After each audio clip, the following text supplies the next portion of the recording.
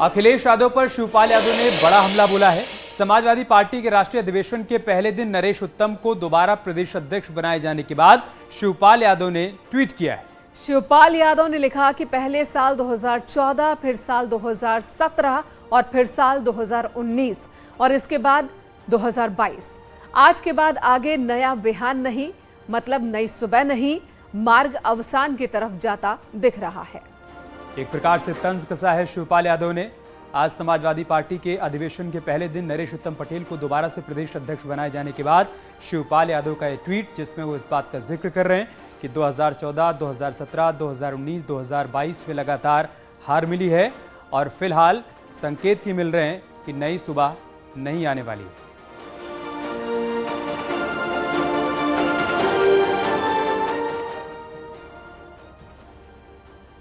और अब सवाल कि 2024 की रणनीति क्या होगी? क्या समाजवादी पार्टी किसी नई रणनीति पर काम करेगी? ये सवाल अधिवेशन से पहले उठ रहे थे। अब समाजवादी पार्टी के सम्मेलन का पहला दिन बीता तो साफ हो गया कि समाजवादी पार्टी किसी नई रणनीति या फिर बदलाव की ओर नहीं जा रही है। मतलब साल बदला लेकिन समाजवादी पार्टी नहीं बदली।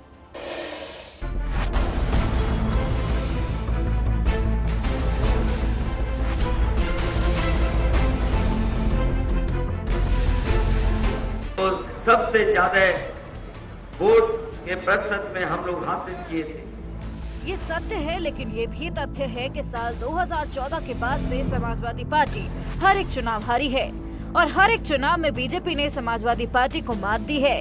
ये बात और है कि अखिलेश यादव को यकीन है कि समाजवादी पार्टी बीजेपी को मात दे सकती है। बीजेपी को कोई हरा सकता है तो यही समाजवादी पार्टी और समाजवादी पार्टी के कार्यकर्ताओं ने था। सम्मेलन से पहले कहा जा रहा था कि पार्टी का 2 दिवसीय अधिवेशन 2024 के लिए जमीन तैयार करेगा, कार्यकर्ताओं में नया जोश भरेगा। सम्मेलन के दौरान के पार्टी के नेता ऐसे करते भी दिखे। ये बात और है कि सम्मेलन में कुछ नया नहीं दिखा। वही दावे, वही नारे, वही सपना, प्रधानमंत्री हो अपना, माने अखिलेश यादव। इस बात का संकल्प करना है कि देश में गैर भाजपाई सरकार बने और उस गैर भाजपाई सरकार में सबसे बड़ी पार्टी समाजवादी पार्टी हो। और अगर समाजवादी पार्टी सबसे बड़ी पार्टी होगी तो अखिलेश यादव जी देश के अगले नए प्रधानमंत्री होंगे। लेकिन रविदास मेहरोत्रा जो रोड मैप बता रही हैं, जो सपना दिखा रहे हैं, क्या वो मुमकिन है? पार्टी के अध्यक्ष अखिलेश यादव को ही यकीन नहीं। ये लड़ाई बड़ी है, हमारा कोई ऐसा सपना नहीं है कि हम उस स्थान पर पहुंचे, लेकिन हम समाजवादियों का ये सपना जरूर है कि जो समाज में बांटने वाली ताकतें हैं उनको सत्ता से बाहर निकालने का काम हम लोग मिल करके करें। मंच से रविदास मेहरोत्रा ने जो सपना दिखाया, अखिलेश यादव ने उसी मंच से अगले ही पल खारिज कर दिया। हालांकि जरूर बता गए कि ये लड़ाई बड़ी है, लिहाजा रणनीति का दायरा भी बड़ा होना चाहिए। लेकिन वो रणनीति क्या होगी? समाजवादी पार्टी के बयानों में कोई नयापन नजर नहीं आता। निश्चित रूप से हमारा कुशल नेतृत्व माननीय अखिलेश यादव जी का है। जो अखिलेश यादव जी का विकास का विजन है, जो सामाजिक सौहार्द का विजन है, उससे आगामी 2024 में समाजवादी पार्टी उत्तर प्रदेश में एक अच्छा परिणाम देगी। 2014 लोकसभा चुनाव में समाजवादी पार्टी 5 सीट पर सिमट गई थी। 2017 विधानसभा चुनाव में कांग्रेस से गठबंधन के बाद भी 47 सीट मिली।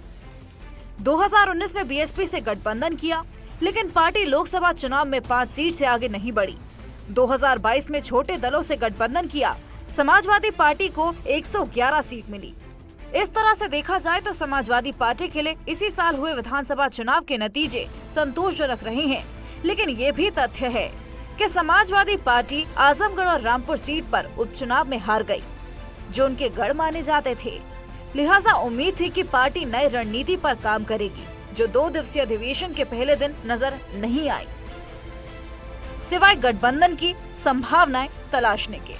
Bureau report. कहने का मतलब ये कि समाजवादी पार्टी के राष्ट्रीय अधिवेशन के पहले दिन राज्य सम्मेलन में कुछ भी नया नहीं दिखा, न कोई हवा दिखी और 2014 से अब तक पार्टी को मिली लगातार विफलताओं की ना ही कोई दवा दिखी। यहां तक कि आने वाली चुनौतियों से निपटने के लिए किसी रणनीति पर चर्चा हुई ही नहीं, और हुई भी यह सतही तौर पर बात हुई है। हाँ, इतना जरूर दिखा कि समाजवादी पार्टी आने वाले चुनाव में गठबंधन की संभावनाएं तलाश रही है।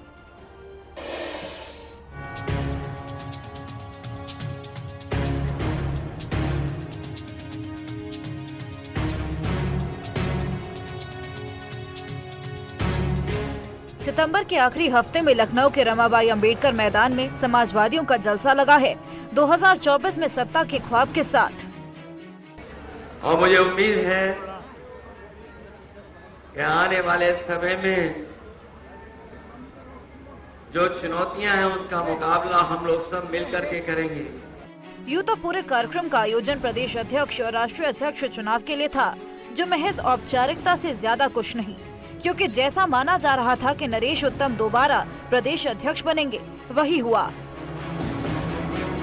निर्वाचन अधिकारी की हैसियत से उत्तर प्रदेश राज्य समाजवादी पार्टी के अध्यक्ष पद पर श्री नरेश उत्तम को विधिवत निर्वाचित घोषित करता हूं। समाजवादी पार्टी ने पुनः जिनको जनता ने नकार दिया, जिनको जनता ने पैदल कर दिया, पुनः समाजवादी पार्टी ने उनको अध्यक्ष बना दिया। यह समाजवादी पार्टी के उन कार्यकर्ताओं के लिए आईना है जिन्होंने लंबे समय तक पार्टी को बचा करके रखने का प्रयास किया है।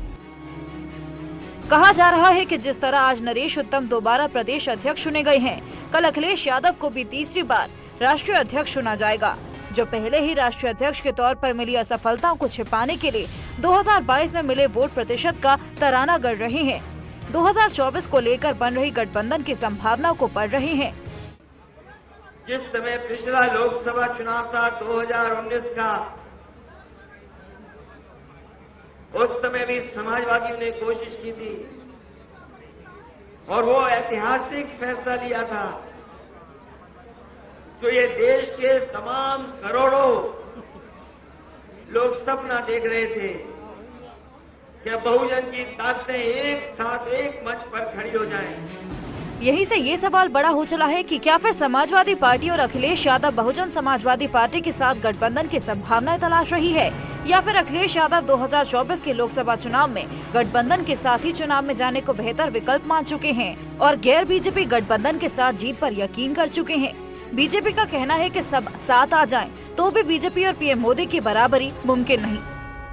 राजनीतिक तराजू में एक पलड़े में नरेंद्र मोदी जी को बैठा दो और एक तरफ कश्मीर से लेकर कन्याकुमारी और कच्छ से लेकर कामरूप राष्ट्रीय पार्टियां कांग्रेस और सपा और बीएसपी और सभी क्षेत्रीय दलों को बैठा दो, तो भी पलड़ा नरेंद्र मोदी जी का भारी रहेगा, क्योंकि सबको पता है कि केवल मोदी जी को कमजोर करने के लिए ऐसे गठबंधन हो रहे हैं। हालांकि अखिलेश यादव के नेतृत्व में समाजवादी पार्टी का कोई भी गठबंधन टिका नहीं है। 2017 विधानसभा चुनाव में समाजवादी पार्टी ने कांग्रेस के साथ गठबंधन किया। गठबंधन चुनाव के बाद टूट गया। 2019 लोकसभा चुनाव में बीएसपी के साथ गठबंधन किया। चुनाव के बाद गठबंधन खत्म हो गया।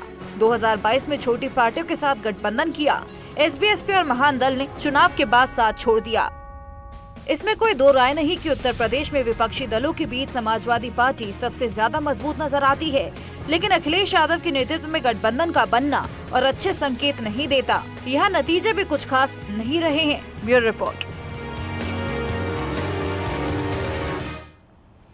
तो बार बार निराशाजनक नतीजों के बावजूद पार्टी में कोई बदलाव नहीं दिखा। आज नरेश उत्तम पटेल को प्रदेश अध्यक्ष चुन लिया गया, तो कल अखिलेश यादव को राष्ट्रीय अध्यक्ष चुन लिया जाएगा, जिन्होंने आज बीजेपी सरकार पर जमकर हमला किया। तो अखिलेश यादव ने समाजवादी पार्टी के अधिवेशन के पहले दिन बीजेपी पर हमला बोला। उन्होंने कहा कि बीजेपी सरकार सरकारी व्यवस्था को खत्म कर रही है। जितना बिजली के कारखाने समाजवादियों ने लगाए वही चल रहे हैं, जो ट्रांसमिशन लाइनें लगाई वही चल रही हैं, जो डिस्ट्रीब्यूशन के फैसले लिए थे बेहतर बनाने के लिए वही है। इस सरकार ने कोई नया काम नहीं किया। और जो एम्बुलेंसें चल भी रही हैं, इस सरकार ने बर्बाद करने का काम किया है। पूरी बर्बाद हो गई है वो। स्वास्थ्य सेवाएं ठप, जो जनहित की योजनाएं हैं, आज गरीब को इलाज नहीं मिल पा रहा है। मुझे तो लगता है ये सरकार जानबूझ करके हमारी सरकारी व्यवस्था को ध्वस्त करना चाहती है, और सरकारी व्यवस्था को इसलिए ध्वस्त करना चाहती है जिससे कि इसको भी प्राइवेट हाथों में बांट दें। जो भाईचारे की बात है, जो एकता की बात है, जो हमारे मिली जुली संस्कृति को ठेस पहुंचाई जा रही है, उसको बचा करके हम प्रदेश को आगे बढ़ाने का काम करेंगे।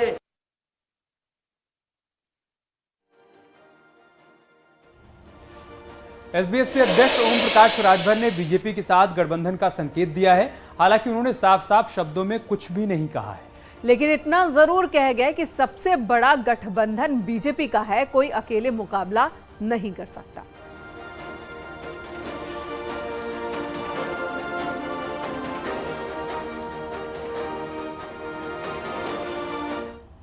देखिए, स्थिति है कि अकेले देश की राजनीति में कोई पार्टी सत्ता में नहीं जा सकती, और सबसे बड़ा गठबंधन अभी तक जो हुआ है वो भारतीय जनता पार्टी ने किया है। और यूपी की राजनीति में आपने देखा, कांग्रेस हाशिए पे खड़ी है, बहुजन समाज पार्टी को आपने विधानसभा चुनाव में उसको देख ही लिया, समाजवादी पार्टी का रिजल्ट देख ही लिया।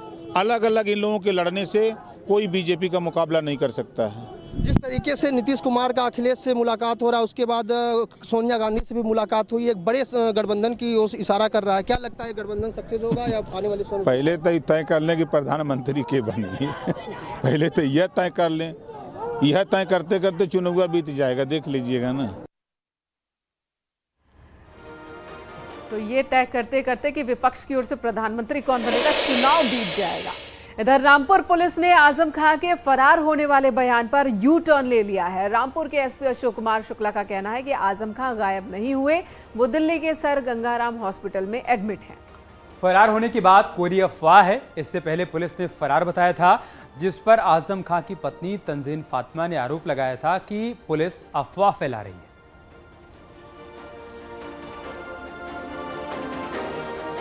मैं स्पष्ट करना चाहता हूं कि ऐसी कोई बात नहीं है कि कोई लुकआउट जारी हुआ हो या वो गायब हो। मैं इतना कहना चाह रहा था कि उनका जो 313 में केस लगा हुआ है, मैं ये बताना चाहता था आप लोगों को, सभी लोगों को, कि 17 तारीख को महोदय की डेट लगी हुई थी 313 में, तो उन्होंने बता दिया कि मेरा ऑपरेशन हुआ है, मैं नहीं आ सकता। हमारे यहाँ की जो जुडिशरी है वो बहुत ही आइडियल और अम्बुल है। उन्होंने कहा ठीक है, 18 डेट लगा दिया। 18 को फिर उन्होंने कहा कि मैं आने में असमर्थ हूँ, सर्जरी हुई है, दिक्कत है। कहा ठीक है, 21 लगा दिया। फिर उनके अधिवक्ता महोदय ने बताया कि 21 को मैं नहीं आ सकता, क्योंकि मैं उनका जो वकील था किसी और अभियुक्त के रिमांड पे था, किसी अभियुक्त को रिमांड पे लिया गया था, उसमें लगा हुआ था। तो मेरा ये कहना था, भाई आपके पास 1 दर्जन वकील आते हैं, माननीय सुप्रीम कोर्ट से आते हैं, कोई एक आ जाता, न्यायालय की प्रोसीडिंग तो आगे बढ़ती। ये तो केवल हिंड्रांस पैदा करने वाली बात हुई। बहरहाल चलिए, कोई बात नहीं है। और दूसरी बात, उनका ये कहना था कि गंगाराम में भर्ती हैं। प्रोसिक्यूशन का ये कहना था कि हमारे यहाँ एएम जैसी संस्थाएं उपलब्ध हैं, तो प्राइवेट से क्यों लिया जा रहा है। पीएफआई का शटर डाउन हो गया है। पिछले 7 दिनों में पीएफआई के ठिकानों पर जबरदस्त छापेमारी हुई और देश के 18 राज्यों में एनआईए ने पीएफआई के संदिग्धों की धरपकड़ की, जिसके बाद जो सबूत सामने आए हैं उसके आधार पर पीएफआई को 5 साल के लिए बैन करने का फैसला लिया गया। पीएफआई के ठिकानों पर हुई रेड के बाद जो सबूत सामने आए वो इस तरफ इशारा कर रहे हैं। इशारा ये कि पीएफआई देश के लिए बड़ा खतरा था। हम आपको दिखाएंगे कि पीएफआई और उसके सहयोगी संगठनों के बैन की इनसाइड स्टोरी क्या है। रिपोर्ट देखिए।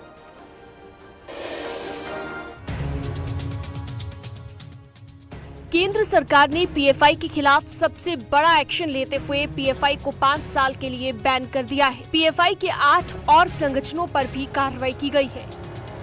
ये संगठन है Rehab India Foundation, Campus Front of India, All India Imam Council, National Confederation of Human Rights Organisation, National Women Front, Junior Front, Empower India Foundation और रिहैब फाउंडेशन। गृह मंत्रालय ने इन संगठनों को बैन करने का नोटिफिकेशन जारी किया है। इन सभी के खिलाफ टेरर लिंक के सबूत मिले हैं। केंद्र सरकार ने ये action unlawful activity prevention act यानी कि यूएपीए के तहत लिया है। सरकार ने कहा कि पीएफआई और उससे जुड़े संगठनों की गतिविधियां देश की सुरक्षा के लिए बड़ा खतरा है। पिछले 7 दिनों में पीएफआई के खिलाफ 2 बड़ी कार्रवाई की गई थी। 22 तारीख को भी पीएफआई पर जबरदस्त एक्शन हुआ था। उस वक्त देश के 13 राज्यों में 106 ठिकानों पर छापेमारी की गई थी। और फिर 27 सितंबर को देश के 8 राज्यों में पीएफआई के ठिकानों पर छापे मारे गए और 275 संदिग्धों को हिरासत में लिया गया। इस छापेमारी के बाद पीएफआई के खिलाफ कई सनसनीखेज सबूत मिले, जिसके बाद केंद्रीय गृह मंत्रालय में सुरक्षा एजेंसियों की बड़ी बैठक हुई और पीएफआई को बैन करने का फैसला लिया गया। एनआईए को मिली सूचना के मुताबिक पिछली कार्रवाई के बाद पीएफआई की पूरे देश में प्रदर्शन और आतंकी वारदात के जरिए कानून व्यवस्था बिगाड़ने की साजिश थी। खासतौर पर संवेदनशील इलाकों में अशांति फैलाने की तैयारी कर ली गई थी, लेकिन इसके पहले ही पीएफआई के टेरर प्लान पर मोदी सरकार ने फाइनल स्ट्राइक कर डाली। खुफिया एजेंसियों को पीएफआई की छापेमारी के दौरान पीएफआई के खिलाफ कई सबूत मिले हैं। आईईडी बनाने के दस्तावेज, इलेक्ट्रॉनिक डिवाइस में देश विरोधी सबूत, हिंसा भड़काने वाले दस्तावेज, टेरर फंडिंग के सबूत, पीएफआई के आईएसआईएस से लिंक होने के सबूत। आईएसआई का मोहरा बन गया था पीएफआई। सरकार का कहना है कि अगर पीएफआई पर बैन नहीं लगता तो देश को खतरा था।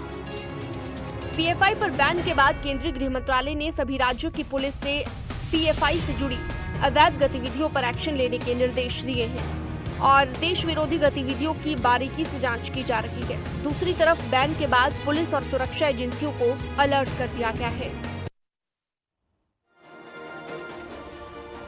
और अब आपको बताते हैं आखिर वो कौन सी वजह रही जिसकी वजह से पीएफआई को बैन किया गया है। पीएफआई के आतंकी संगठनों से लिंक मिले हैं। आईएसआईएस और आईएसआई से पीएफआई का कनेक्शन सामने आया। इसके अलावा कट्टरपंथ को बढ़ावा दे रहा था पीएफआई, ये आरोप भी लगा है। टेरर फंडिंग में पीएफआई के शामिल होने के सबूत मिले हैं। पीएफआई सदस्यों से आईडी बनाने का सामान भी बरामद किया गया। भड़काऊ दस्तावेज बरामद किए गए हैं। पीएफआई के सदस्य हिंसक गतिविधियों में भी शामिल रहे। कई हत्याओं में पीएफआई के सदस्य शामिल रहे हैं, ऐसे सबूत मिले हैं। इसके अलावा पीएफआई माहौल खराब करने की साजिश कर रहा था। उत्तर प्रदेश, कर्नाटक, गुजरात समेत कई राज्यों ने बैन की मांग उठाई थी, जिसके बाद अब ये बड़ा फैसला लिया गया। पीएफआई बैन होने के बाद सियासी घमासान छिड़ गया है। लालू यादव और दिग्विजय सिंह ने आरएसएस पर बैन की अब मांग कर दी है। क्या कहा गया दोनों की तरफ से, आइए आपको। पीएफआई का जांच हो रहा है और पीएफआई के तरह जितने भी संगठन हैं, इंक्लूडिंग आरएसएस, सब पर प्रतिबंध लगाइए। एकरूपता लगे, दिखने को लगे। ऐसा नहीं कि ये फीलिंग जाए कि खास करके मुस्लिम संगठनों को ये तो दुर्गा बहानी भी बनाए थे और आरएसएस को बैन पहले भी किया गया था इमरजेंसी में भी, और एक साथ इस तरह के जितने भी संगठन हैं सबको बैन करिए और जांच करिए, कुछ मिले तो कार्रवाई करिए। अगर इतनी खौफनाक खतरनाक संगठन है तो अभी तक पाबंदी क्यों नहीं लगाई थी आपने? क्यों उस पीएफआई को आपने खुला छोड़ दिया था? और पीएफआई का कोई भी ऐसा वाकया हमारे सामने नहीं आया जिस पे सवाल या निशान लगाया जा सके। पीएफआई पे 5 साल की पाबंदी क्यों लगी है? अगर वो इतनी खतरनाक है तो 5 साल के बाद दोबारा पीएफआई के लोग अपने आप को संगठित कर सकते हैं। ये दिसंबर का चुनाव है, गुजरात और हिमाचल और मेघालय, और उसके बाद फिर चुनाव है। चूँकि भारतीय जनता पार्टी आने वाले समय में ये चुनाव जीतने वाली नहीं है, इसलिए पीएफआई पे पाबंदी लगाई गई है। जो नफरत फैलाए, जो हिंसा फैलाए, धार्मिक उन्माद फैलाए, उन सब के खिलाफ कार्रवाई होना चाहिए। इनके खिलाफ कार्रवाई हो रही है तो संघ के खिलाफ कार्रवाई क्यों नहीं हो रही है? विश्व हिंदू परिषद के खिलाफ कार्रवाई क्यों नहीं हो रही? उनके खिलाफ भी होना चाहिए। पीएफआई और संघ की तुलना समान? निश्चित तौर पे जो नफरत फैलाता है, धार्मिक उन्माद फैलाता है, वो एक थाली के चट्टे बट्टे हैं, एक दूसरे के पूरक है। मैंने हमेशा पीएफआई की जो ये रेडिकल एक्सट्रीम अप्रोच है उसका हमेशा मैं अपोज किया हूँ और करता रहूँगा, चाहे कोई रेडिकल एक्सट्रीम अप्रोच अडॉप्ट करेगा। मगर ये बैन इसलिए हम सपोर्ट नहीं कर सकते क्योंकि चंद इंडिविजुअल अगर कोई क्राइम करते हैं, उस बिना पर अगर आप ऑर्गेनाइजेशन को बैन करेंगे, सुप्रीम कोर्ट ने क्या कहा कि mere association with an organization is not enough to convict someone. उधर अंकिता हत्याकांड में इंसाफ के लिए कांग्रेस केरल से लेकर देहरादून तक प्रदर्शन कर रही है। पर सवाल है कि उत्तराखंड के जिन मुद्दों को कांग्रेस नेता राहुल गांधी, प्रियंका गांधी उठा रहे हैं, क्या अलग अलग राहों पर चलने वाले उत्तराखंड कांग्रेस के नेता उन मुद्दों को सड़क से सदन तक जिंदा रख पाएंगे?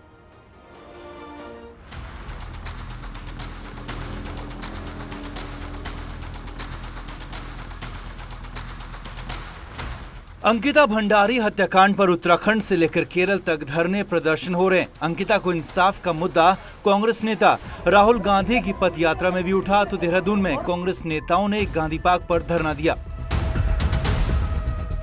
उत्तराखंड में पेपर लीक और फिर विधानसभा बैकडोर भर्ती और अब अंकिता पर ऐसा बवाल मचा कि कांग्रेस नेता राहुल गांधी और प्रियंका गांधी ने बीजेपी को घेरने का कोई मौका नहीं छोड़ा। पर सवाल है कि जिन मुद्दों को कांग्रेस के बड़े नेता उठा रहे हैं, उन्हें सड़क से सदन पर प्रदेश के बटे हुए नेता कितना उठा पाएंगे? नेता विपक्ष यशपाल आर्य का कहना है कि मामला एकजुटता का नहीं है, मामले इतने बड़े हैं कि कांग्रेस न चूक सकती है न चुप बैठ सकती है। कोई संशय है? पूरी ताकत के साथ, पूरी शक्ति के साथ सदन से लेकर सड़क तक इस मामले को हम पूरी ताकत से उठाएंगे। हम चुकेंगे नहीं, हम चुप नहीं बैठ सकते। अंकिता के परिवार से मिलने कांग्रेस नेता अलग अलग वक्त पर पहुंचे और बुधवार को वे देहरादून के धरने में हरीश रावत, गणेश गोदियाल, करण माहरा, यशपाल आर्य सब दिखे। पर कांग्रेस नेता प्रीतम सिंह उस वक्त चकराता के आपदा प्रभावित इलाके में थे। ऐसे में राहुल गांधी और प्रियंका गांधी चाहे कितने मुद्दों को उठाएं, सड़क से सदन तक एक सुर में आवाज उठाने का उत्तराखंड कांग्रेस के नेताओं के लिए आसान नहीं दिखता। हालांकि पूर्व सीएम हरीश रावत का कहना है कि पूरे प्रोग्राम तैयार है और नेता भी। प्रदेश कांग्रेस एक पूरा एक्शन प्रोग्राम आज जारी कर रही है। आप भी करेंगे, लोगों पर यहाँ बैठ करके भी बातचीत हुई है और बहुत सारे कार्यक्रम किए हैं प्रदेश कांग्रेस ने और आगे भी बहुत सारे कार्यक्रम हम करने जा रहे हैं। ये सारी के सारे मुद्दे अभी जीवित हैं, केवल किसी की नौकरी खा लेना उद्देश्य नहीं है, सुचिता उद्देश्य है।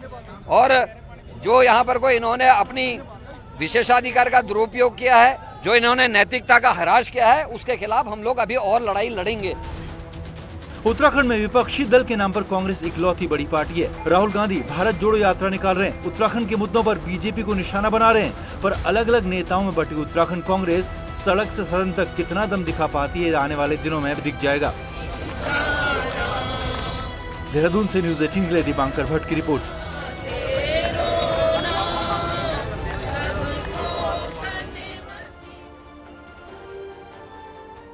रुक रहे छोटे से ब्रेक के लिए, तुरंत लौटेंगे, बने रहे हमारे साथ।